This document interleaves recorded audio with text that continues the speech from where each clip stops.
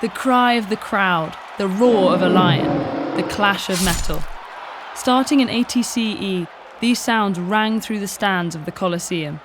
On hundreds of days a year, over 50,000 residents of Rome and visitors from across the Roman Empire would fill the stadium's 4 stories to see gladiators duel, animals fight, and chariots race around the arena. And for the grand finale, water poured into the arena basin, submerging the stage for the greatest spectacle of all, staged naval battles. The Romans' epic mock maritime encounters, called naumachii, started during Julius Caesar's reign in the 1st century BC, over 100 years before the Colosseum was built. They were held alongside other aquatic spectacles on natural and artificial bodies of water around Rome, up through Emperor Flavius Vespasian, who began building the Colosseum in 70 CE on the site of a former lake. The Colosseum was intended to be a symbol of Rome's power in the ancient world, and what better way to display that power than a body of water that could drain and refill at the emperor's command. Vespasian's son, Flavius Titus, fulfilled his father's dream in 80 CE when he used war spoils to finish the Colosseum, or, as it was known at the time, the Flavian Amphitheatre.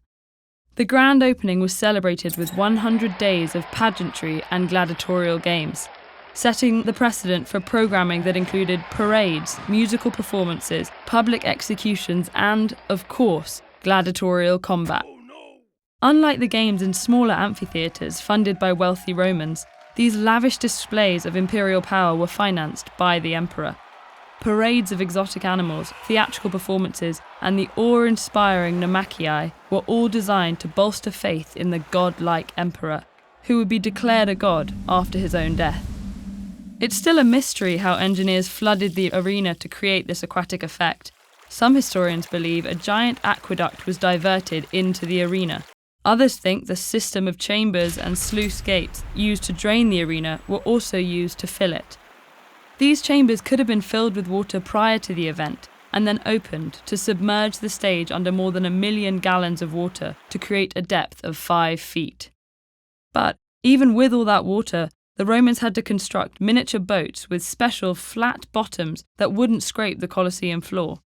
These boats ranged from 7 to 15 metres long and were built to look like vessels from famous encounters.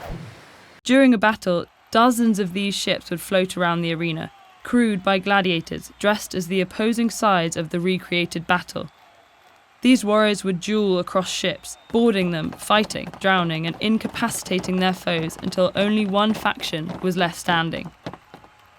Fortunately, not every watery display told such a gruesome story.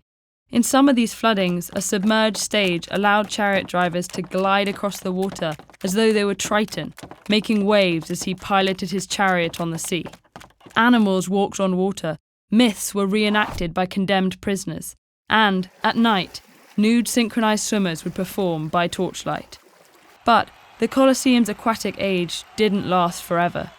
The naval battles proved so popular they were given their own nearby lake by Emperor Domitian in the early 90s CE.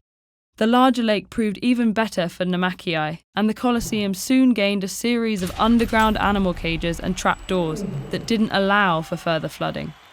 But, for a brief time, the Flavian emperors controlled the tides of war and water in a spectacular show of power.